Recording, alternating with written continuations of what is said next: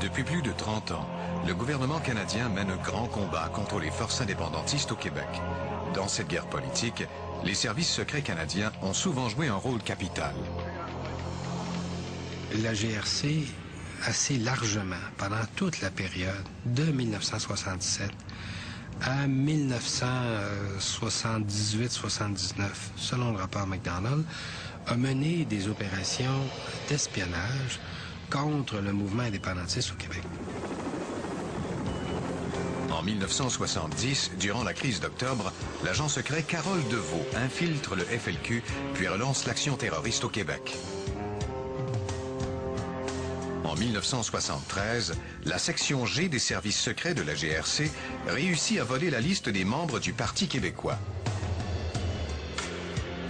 En 1974, l'explosion d'une bombe posée par un agent de la GRC va déclencher 2 vastes commissions d'enquête sur les services secrets canadiens. Claude Morin, l'un des ministres les plus importants... Le 7 mai 1992, Radio-Canada révèle que Claude Morin, le principal stratège du Parti québécois, était un agent de la GRC. Le gouvernement libéral de Pierre Trudeau avait déjà adopté des mesures avec le service de sécurité en disant il faut combattre le séparatisme. Tout l'arsenal de méthodes des services d'espionnage ou de renseignement était permis. Donc c'était une lutte, un combat à finir, si vous voulez, une guerre d'espionnage et une guerre politique.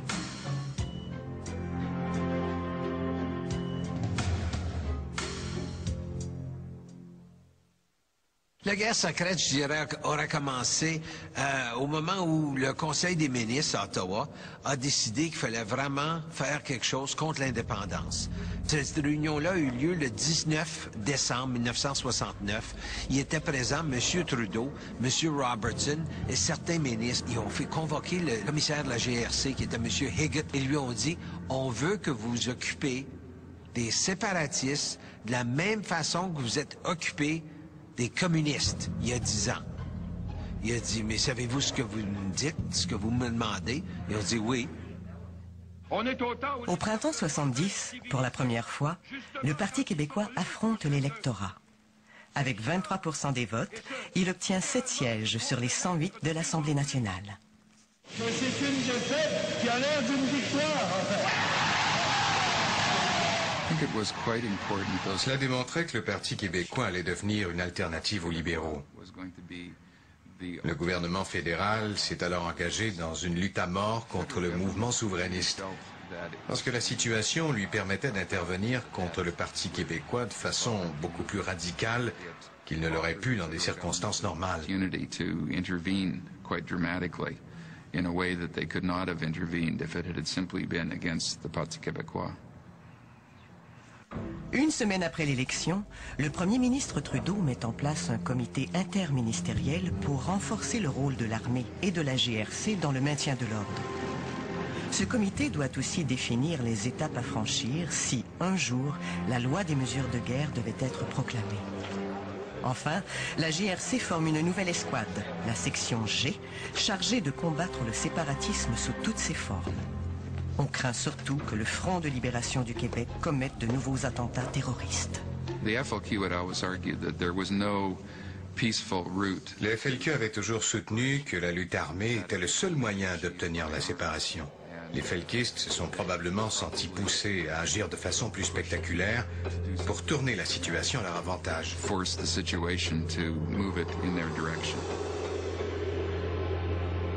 Le 5 octobre 1970, le FLQ frappe un grand coup en enlevant le diplomate britannique James Richard Cross. 5 jours plus tard, une autre cellule du FLQ kidnappe le ministre du Travail québécois, Pierre Laporte. Le gouvernement fédéral réagit aussitôt en créant un groupe de renseignement ultra secret, le Strategic Operations Center. Ce groupe doit gérer la crise. Eux, ils surveillaient ce qui se passait au Québec. Ils se sont rendus compte que le Front de libération du Québec avait un certain appui dans la population, chose qui les a fait grandement peur. Nous vaincrons! Et ils ont conseillé une ligne dure. Je cite, ils ont dit « Servez-vous de la munition que vous avez ». Le 15 octobre, le gouvernement fédéral déclenche l'opération Essai. En quelques heures, 8000 soldats occupent le Québec. They certainly wanted to solve the problem, but Il voulait d'abord et avant tout régler le problème. Mais Trudeau a vu dans ce déploiement l'occasion d'affirmer haut et fort que c'est le gouvernement fédéral qui menait. that the federal government was in charge. Puis, dans la nuit du 15 au 16, à 4 heures du matin, la loi des mesures de guerre est proclamée. Ceci a été fait à 4 heures ce matin, afin de permettre aux autorités de prendre immédiatement les dispositions nécessaires pour tenir en échec tous ceux qui préconisent la violence ou l'exercent à des fins politiques. The justification for justifier la promulgation de la loi des mesures de guerre, ils ont dit qu'ils faisaient face à une insurrection appréhendée. Certains ministres, comme Jean Marchand, ont fait des déclarations délirantes, parlant de milliers de livres de dynamite et d'une invasion massive de terroristes. Les seules informations que recevait le public canadien étaient celles-là, celles du gouvernement. The Canadian public had no idea, but this is what the government told them. 500 arrestations et 31 700 perquisitions sont effectuées sans mandat. Dans ce rapport, on parlait d'une dizaine d'unités environ, de 10 cellules comptant chacune 5 membres, donc de 50 à 100 personnes au maximum. Je pense que les ministres l'ont lu et je pense que le bureau du premier ministre en a pris connaissance aussi. Aucune de ces arrestations ou de ces perquisitions ne fera progresser l'enquête sur les enlèvements. La GRC a dit plus tard que ces arrestations avaient probablement retardé de 2 semaines à 1 mois la découverte des ravisseurs de Cross. Que les avoir laissés faire, ça aurait pu se régler plus vite. Et que si on leur avait demandé leur avis, ils n'auraient pas recommandé le recours à la loi sur les mesures de guerre. Personne ne leur a rien demandé. Le lendemain de la proclamation de la loi des mesures de guerre, Pierre Laporte est assassiné par ses ravisseurs. Les forces de l'ordre n'ont plus qu'une seule priorité, retrouver James Richard Cross vivant. La section antiterroriste de la police de Montréal recrute alors Carole Deveau. Sa mission, infiltrer le FLQ et découvrir où James Richard Cross est séquestré. Carole Deveau était l'espionne parfaite, si on veut. C'est une femme, beaucoup de charme, disons, très séductrice. Puis elle savait se servir de ses charmes. Carole Deveau était très utile à la police parce qu'elle savait rentrer dans certains groupes, des groupes assez importants, des groupes cibles, si on veut, pour la police. Elle pouvait aussi bien rentrer dans un groupe de felkistes, puis planifier, disons, un vol, ou même placer des bombes. Carole Deveau a 24 ans et est chargée de cours en histoire à l'Université du Québec à Montréal. C'est une femme très manipulatrice. Je veux dire, c'était une femme très fonceuse aussi, très énergique, qui prenait des initiatives. Pour établir sa crédibilité auprès du FLQ, Carole Deveau commence par organiser un hold-up à la compagnie Cal Oil où elle travaille à temps partiel. Elle prétendait vouloir s'intéresser au FLQ et tout de suite, elle m'a proposé une action illégale de faire un hold-up. Comme c'était pas mon rayon, effectivement, il y a quelqu'un d'autre qui a fait le hold-up en question. En quelques jours, Carole Deveau va réussir à identifier l'un des ravisseurs de James Richard Cross.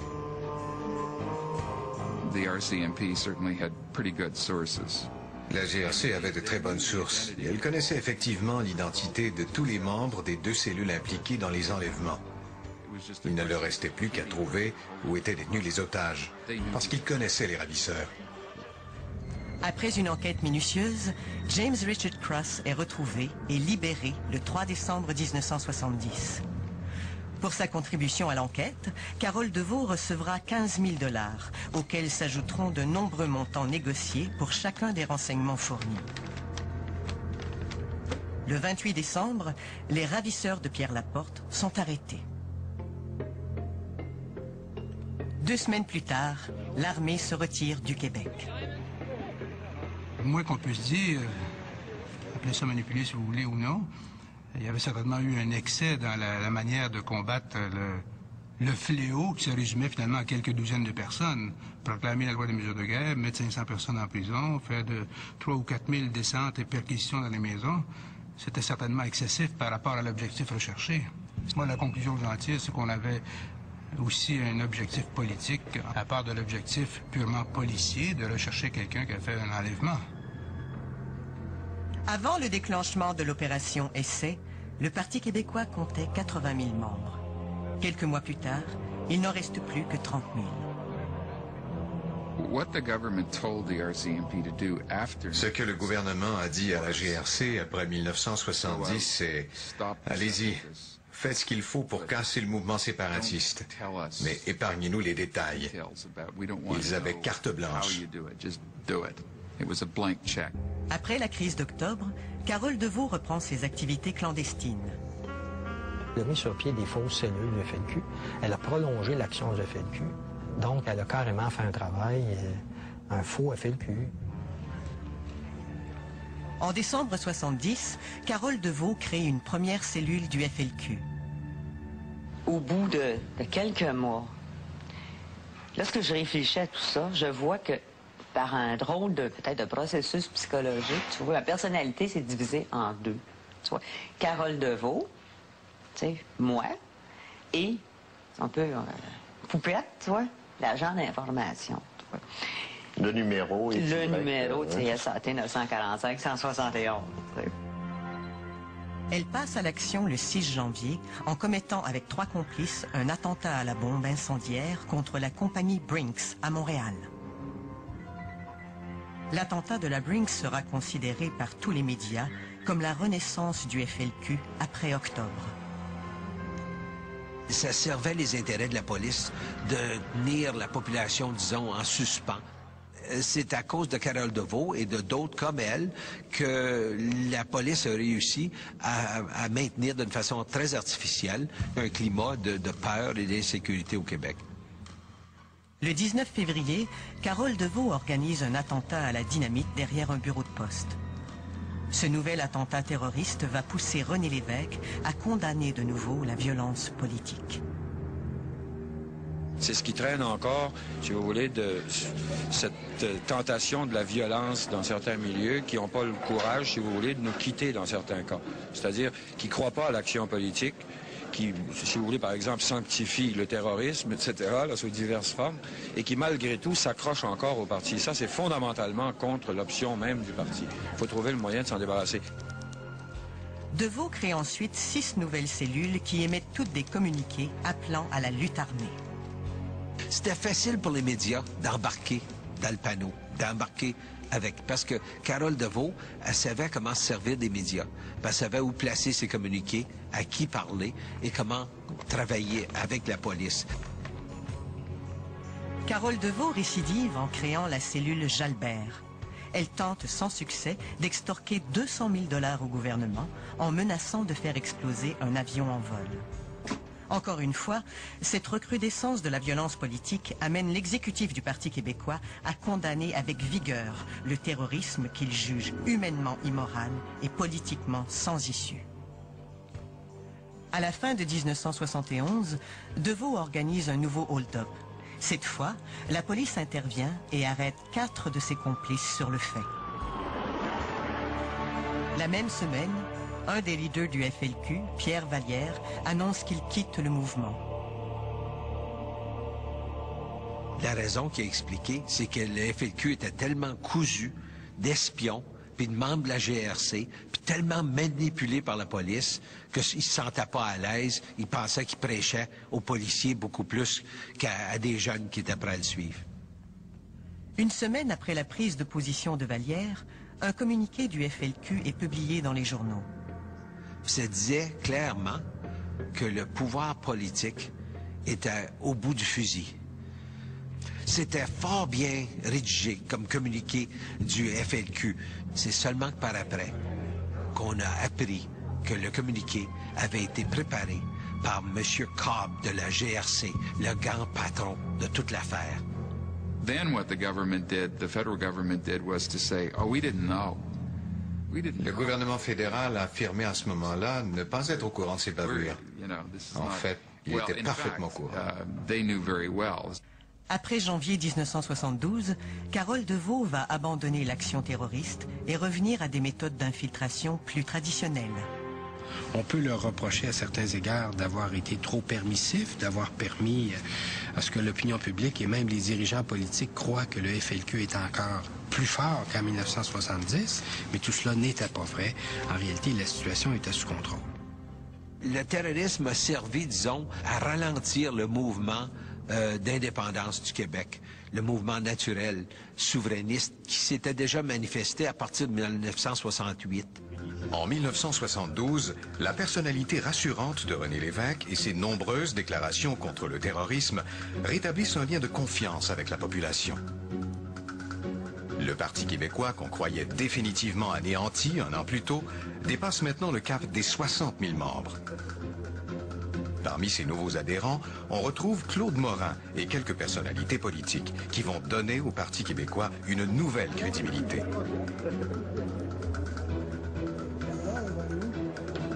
Pour la GRC, cette renaissance de l'indépendantisme fait du Parti québécois une cible prioritaire.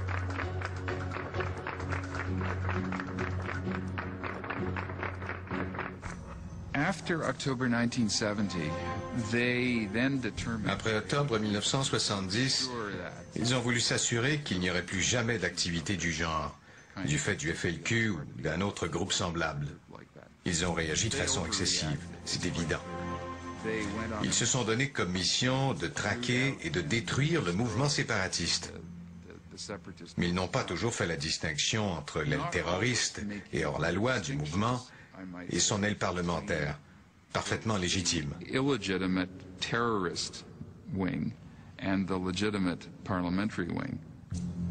À la fin de 1972, la GRC met en place l'opération HAM. Son objectif, voler la liste des 60 000 membres du Parti québécois.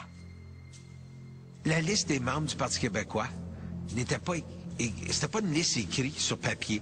C'était sur des bandes magnétiques pour ordinateur qui, disons, qui étaient entreposées aux messageries dynamiques dans le nord de la ville. Puis c'était vraiment une opération là, du genre Mission Impossible, comme on a connu. Une importante réunion stratégique est organisée à Ottawa. Il y avait définitivement les gens du gouvernement d'Ottawa, il y avait des gens de la gendarmerie, il y avait des gens du CIA.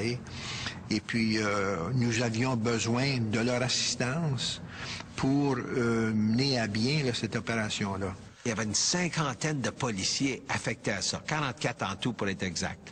Puis là, ils ont commencé à ils ont mis ça sur pied, ils ont loué des locaux, ils ont loué des grandes salles, il y avait des entrepôts, ils ont fait des répétitions, sont préparés, il y avait des serruriers, il y avait des individus qui conduisaient des camions, des chauffeurs. C'était une opération fantastique. Pourquoi?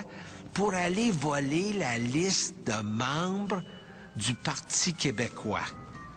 Le dimanche 9 janvier 1973, quelques minutes avant minuit, le signal de départ de l'opération est donné par l'agent coordonnateur. L'opération, extrêmement délicate, durera 5 heures. Je leur ai demandé de vider leur poche de tout ce qu'ils contenaient.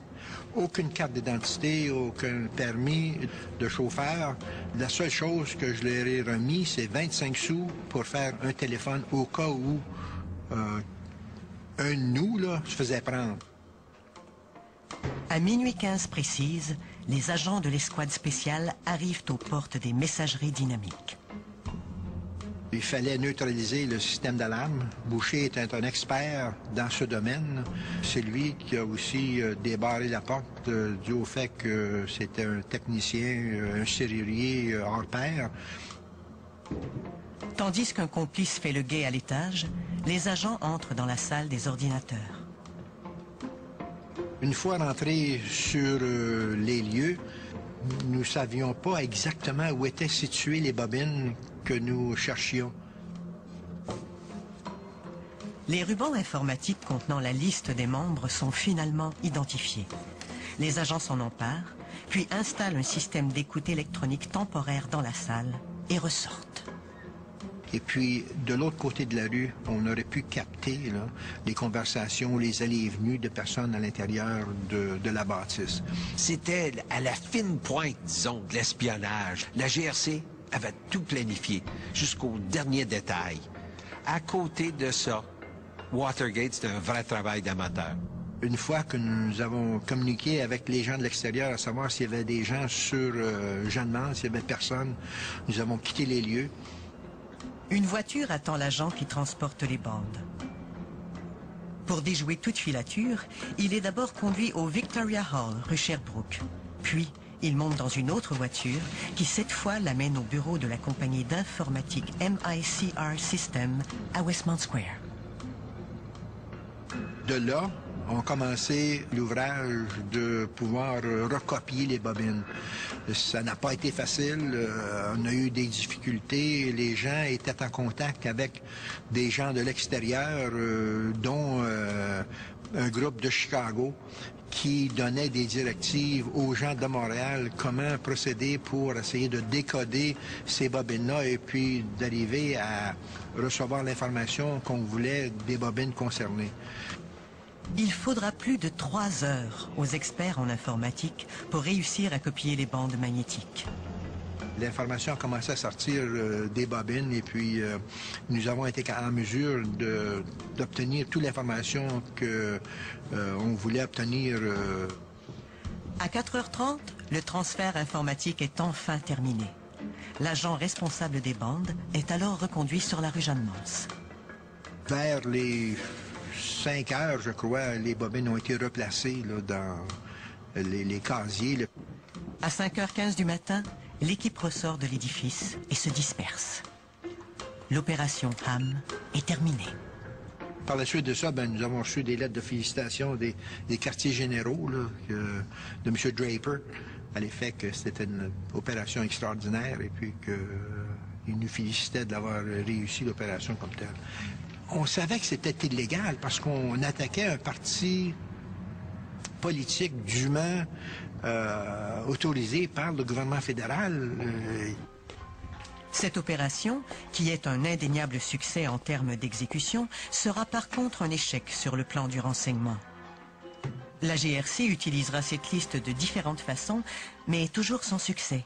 Elle ne réussira pas, entre autres, à démontrer que la fonction publique fédérale est infiltrée par les membres du Parti québécois. C'était des listes, disons, de membres, dans le sens que c'était très, très incomplet. Ça servait à rien. Il n'y avait pas quelque chose comme Monsieur un tel avec son nom, son adresse, qui disait « Il travaille pour le gouvernement fédéral, voici ce qu'il a fait comme travail pour le Parti québécois ». Il n'y avait rien, c'était pas des espions, c'était du monde ordinaire qui faisait partie d'un parti politique. C'est vrai que ça n'a pas servi. L'information a été mise dans un garde-robe pendant des années. C'est malheureux, mais par contre, ça a donné à savoir que nous pouvions faire une opération semblable, que c'était faisable. De copier des ordinateurs, on pouvait le faire.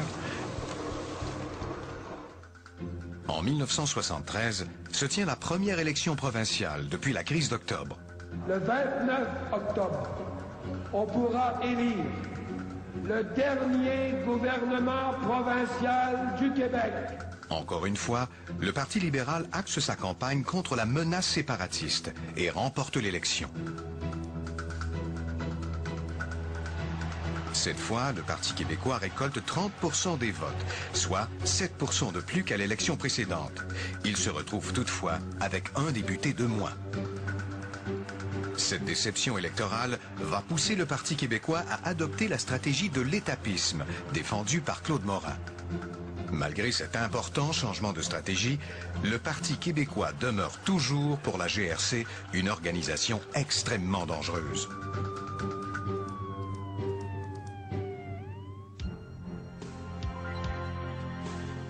Dans la nuit du 26 juillet 1974, survient le premier attentat terroriste depuis plus d'1 an et demi.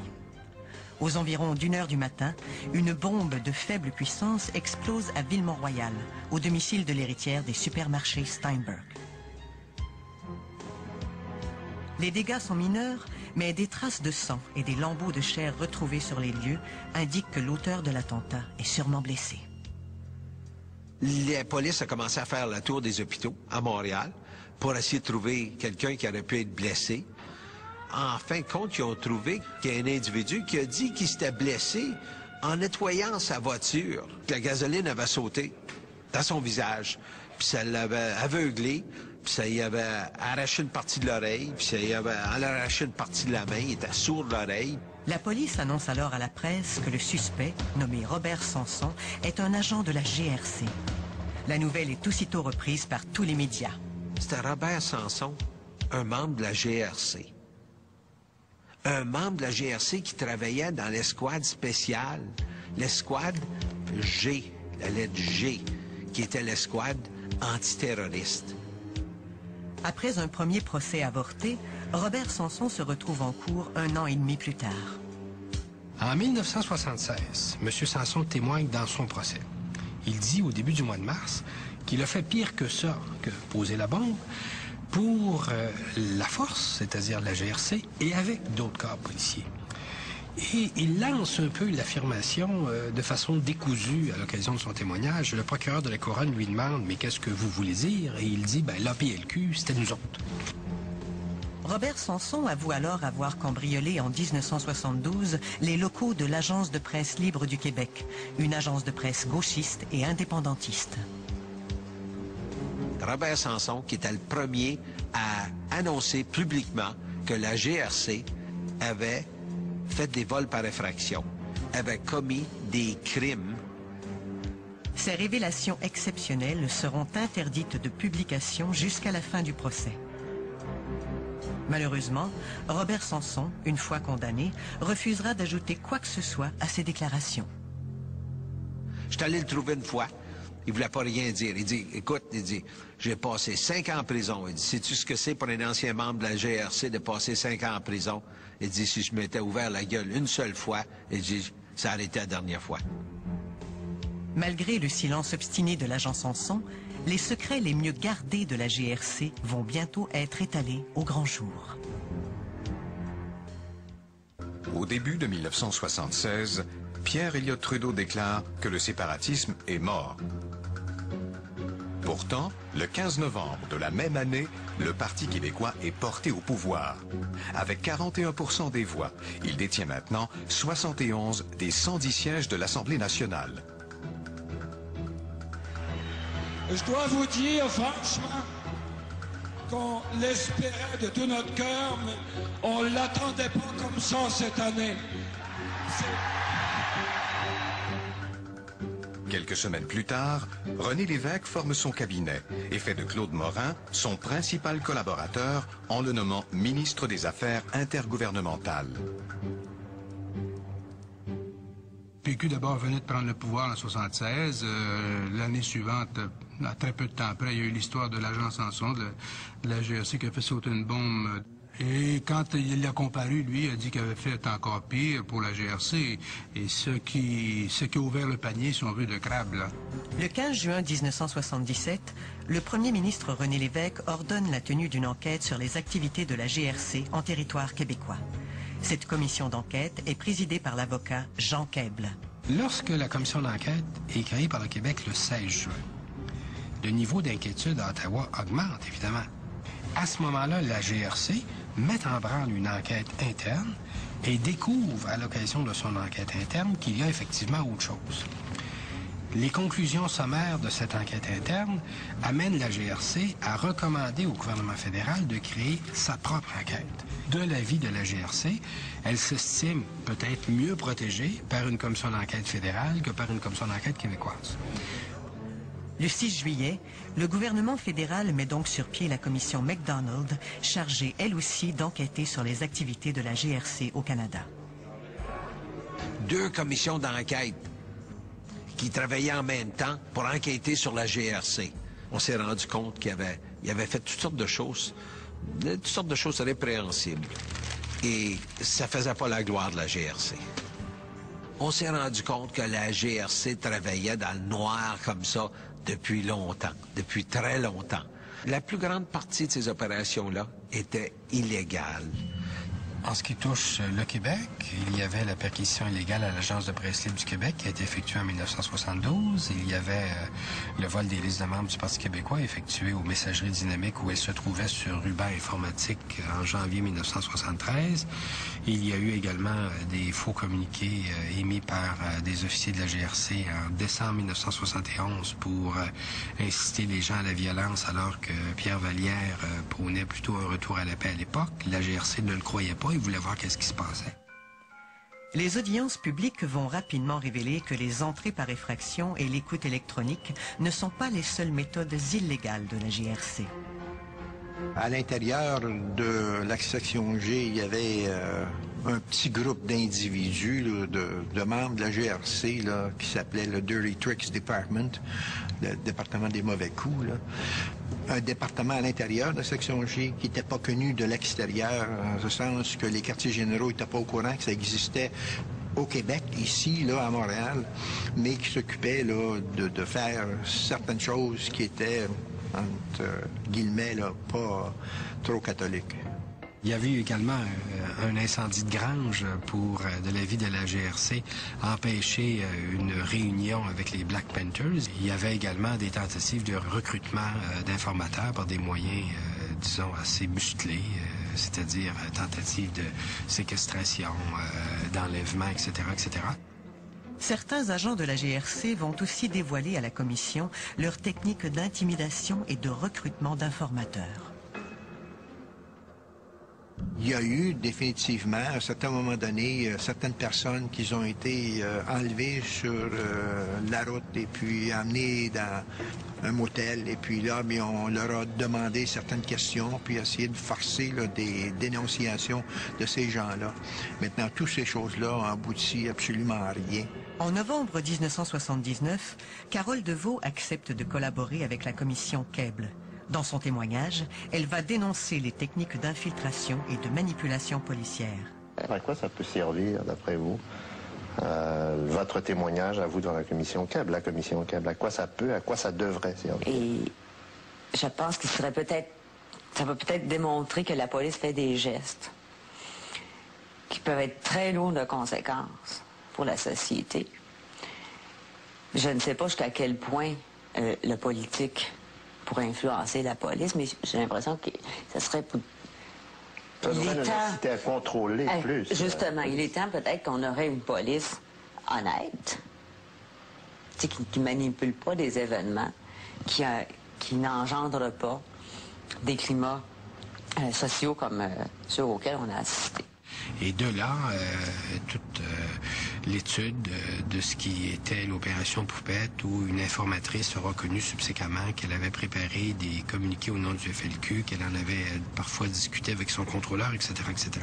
Nous avions certaines informations à l'époque de diverses sources, témoignages, documentaires et autres, qui nous indiquaient qu'il n'y avait pas simplement qu'à la GRC où il y avait eu des communiqués dont l'authenticité était problématique, mais qu'il y avait également d'autres situations au service de police à Montréal. Pendant la commission Kebble, elle a réussi à inviter tous les journalistes de la colline parlementaire, et sur la plaque de la maison, c'était écrit Jeanne du Sablon. Et elle a réussi donc à inviter tous les journalistes, et c'est elle qui servait à la table. Et pendant ce temps-là, tout le monde parlait de Carole Deveau, personne ne l'a reconnue, c'est elle qui servait le repas. Et comme ça, elle a su ce que tous les journalistes pensaient d'elle en plein moment de la commission Kebble. Le 30 octobre 1978, la commission Kebble est stoppée en plein élan. Après une longue bataille juridique, la Cour suprême du Canada refuse à cette commission provinciale le droit de consulter ou de rendre public tout document de la GRC ou du gouvernement canadien sans l'autorisation du Premier ministre du Canada. À la remise de son rapport, la commission Kebble recommandera de poursuivre les policiers responsables des actes illégaux. Le procureur du Québec porte alors 47 accusations, mais aucune n'entraînera de véritables sanctions. Il n'est jamais facile de faire une enquête sur la police et celle-là a été tout aussi difficile que toutes les autres qui concerneront les activités policières. C'est un monde secret, c'est un monde méfiant. Et il faut aussi dire par ailleurs que les hommes politiques qui aiment bien pouvoir exercer un certain contrôle sur la police en théorie sont peu friands en pratique de vouloir l'exercer, car ils préfèrent souvent s'accommoder d'une zone un peu ambiguë où ils veulent bien donner des directives assez larges pour ne pas être embêté si jamais l'affaire tourne mal. D'un autre côté, le policier aime bien recevoir une directive, mais il ne veut pas non plus qu'elle soit trop stricte pour ne pas être embarrassé. Alors, c'est une zone ambiguë qu'il fallait, à toute fin pratique, inventorier. Nous l'avons fait. Nous avons suggéré certaines réformes. La commission McDonald a suggéré certaines réformes. La situation n'est pas parfaite, mais elle s'est améliorée depuis ce temps-là, je pense, de façon certaine. Le rapport de la commission fédérale McDonald sera rendu public quelques mois plus tard. Ces 285 recommandations vont entraîner une importante réforme des services secrets canadiens. The RCMP Security Service was, well, part of the Royal Canadian Mounted Police. Le service de sécurité de la GRC relevait de la très loyale police montée canadienne, même si plusieurs civils y travaillaient en tant qu'analystes. Pourtant, un bon nombre de ces officiers, de ses meilleurs agents, pensaient que le service devait être autonome. Le mandat du SCRS, son pouvoir d'investigation secrète, celui d'espionner les Canadiens, est déterminé par le Parlement. Ce pouvoir, très dangereux dans une démocratie, est soigneusement délimité et soumis à de nombreux contrôles. Par exemple, il existe au service de renseignement une commission de révision complètement indépendante qui jouit d'un accès illimité à toutes les opérations du service et qui peut rendre publique leur action si elle croit qu'ils outrepassent leur mandat.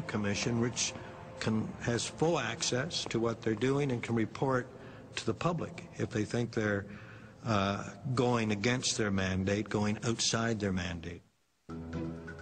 En 1979, René Lévesque charge son ministre, Claude Morin, de rédiger la question du futur référendum sur la souveraineté. Après plusieurs mois d'études, le gouvernement rend enfin publique la question référendaire. En conséquence, accordez-vous au gouvernement du Québec le mandat de négocier l'entente proposée entre le Québec et le Canada. Qu'à la suite d'un an, nous allons mettre en marche immédiatement le mécanisme de renouvellement de la Constitution et nous n'arrêterons pas avant ce soit fait. Le 20 mai 1980, après une dure campagne référendaire, le non l'emporte avec une importante majorité. Si je vous ai bien compris, vous êtes en train de dire à la prochaine fois. René Lévesque s'engage alors à participer à la conférence constitutionnelle de novembre 1981 organisée par le gouvernement fédéral de Pierre Elliott Trudeau. C'est à Claude Morin, son ministre des Affaires intergouvernementales, que René Lévesque confie alors la tâche d'élaborer la stratégie constitutionnelle du Québec.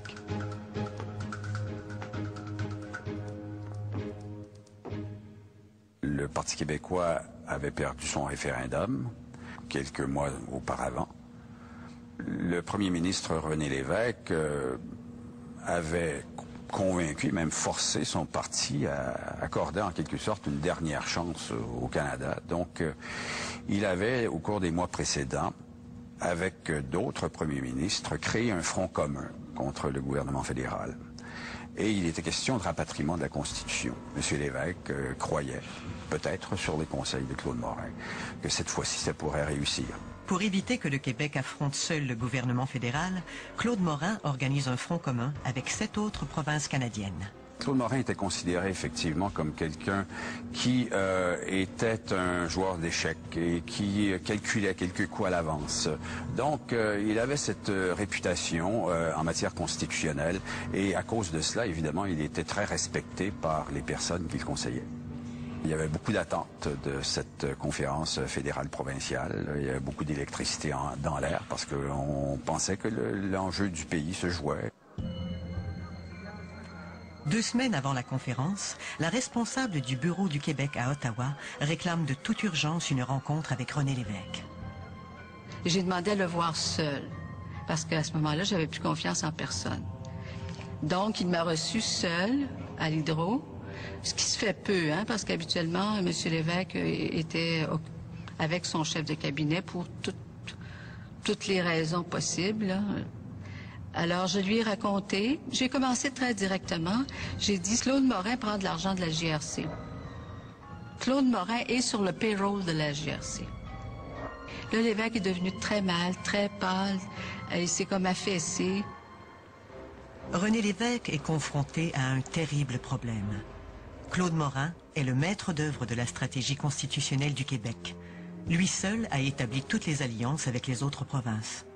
Sans preuve de sa trahison, René Lévesque ne peut l'exclure de son équipe de négociation. La conférence a donc lieu comme prévu. Le front commun, d'abord, s'est brisé. Le Québec s'est trouvé isolé. Et quelques mois plus tard, une année plus tard, Ottawa rapatriait la Constitution sans le Québec. Et depuis ce temps, le Québec n'est pas signataire à cette Constitution. René Lévesque ne blâmera jamais Claude Morin pour cet échec, puisqu'il avait lui aussi défendu cette stratégie constitutionnelle. Par contre, quelques semaines plus tard, il obtient la preuve définitive que Morin a bel et bien collaboré avec la GRC entre 1974 et 1977. Il exige alors sa démission. Toute cette affaire ne sera révélée publiquement que 11 ans plus tard, le 7 mai 1992. Bonsoir, mesdames et messieurs. Radio-Canada a appris que Claude Morin, l'un des ministres les plus importants de l'ex-gouvernement Lévesque, a entretenu des contacts secrets pour lesquels il a accepté de l'argent avec le service de sécurité, la GRC, avant et après la prise du pouvoir du Parti québécois en 1976. Cette information-là, obtenue de sources de haut niveau dans les services secrets fédéraux... Dans son reportage Choc, Radio-Canada révélera qu'entre 1974 et 1977, Claude Morin a reçu, sous les noms de code Q1 et French Minuet, plus de 12 000 $ de la GRC. De 1974 à 1977, M. Morin affirme avoir reçu de 500 à 800 $ par rencontre. Ces rencontres avaient lieu environ une fois. Claude Morin a été la plus grande source imaginable pour la GRC. Quand on pense à quelqu'un qui était, disons, un des plus grands du mouvement indépendantiste au Québec, c'était un coup magnifique pour la GRC, sur le plan espionnage, sur le plan infiltration, sur le plan, disons, de chantage. À ce jour, personne n'a encore réussi à identifier la nature et la valeur des informations transmises par Claude Morin durant toutes ces années.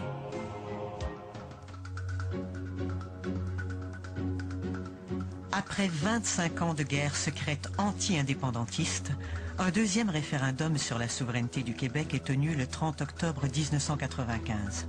Encore une fois, le oui est battu. Mais cette fois, moins de 1% des voix le séparaient de la victoire. Nous avait déjà écrit la façon de combattre le nationalisme québécois, la meilleure, c'est de créer un nationalisme canadien. Et ça continue encore aujourd'hui. Vous voyez chez le COPS qui déborde avec ses drapeaux, ses millions pour faire des campagnes. C'est la même bataille qui se continue, elle n'est pas terminée. Alors pourquoi ça continue? Parce que le cas n'est pas réglé. Il y a encore 40 à 45% des Québécois qui disent non au gouvernement fédéral, puis 60 à 65% des Québécois qui se disent d'abord québécois avant d'être canadiens. Alors la bataille est dans la propagande, parce que c'est les esprits et les cœurs qu'on essaie de gagner. Et on essayait aussi par les méthodes souterraines de la lutte souterraine d'espionnage. Et c'est un combat politique qui se continue aujourd'hui. Le Canada est un drôle de pays. Vous savez, vous avez une province qui est rebelle depuis toujours et qui, depuis 40 ans, cherche à se séparer. Si c'était dans d'autres cieux, une telle volonté politique aurait produit des dizaines, des centaines de morts. On voit ce qui se passe au Moyen-Orient, on voit ce qui se passe ailleurs. Vous avez ici un contexte où, tout compte fait, cette situation, si on inclut la révolte de 1837, a produit quelques centaines de morts, et j'inclus la crise d'octobre là-dedans. Ce qui est peu pour un problème politique de cette envergure-là. La guerre s'est transposée à un autre niveau. Et je suis pas étonné, moi, que le gouvernement fédéral aurait pris une décision d'espionner, si vous voulez, le gouvernement du Québec, pour que le jeu politique se fasse, pour que le jeu soit politique et non pas, si vous voulez, sur un champ de bataille. Ça reste discutable comme moyen, Mais en tous les cas, c'est peut-être moins violent que des bombes ou des armées qui s'affrontent et des centaines de morts.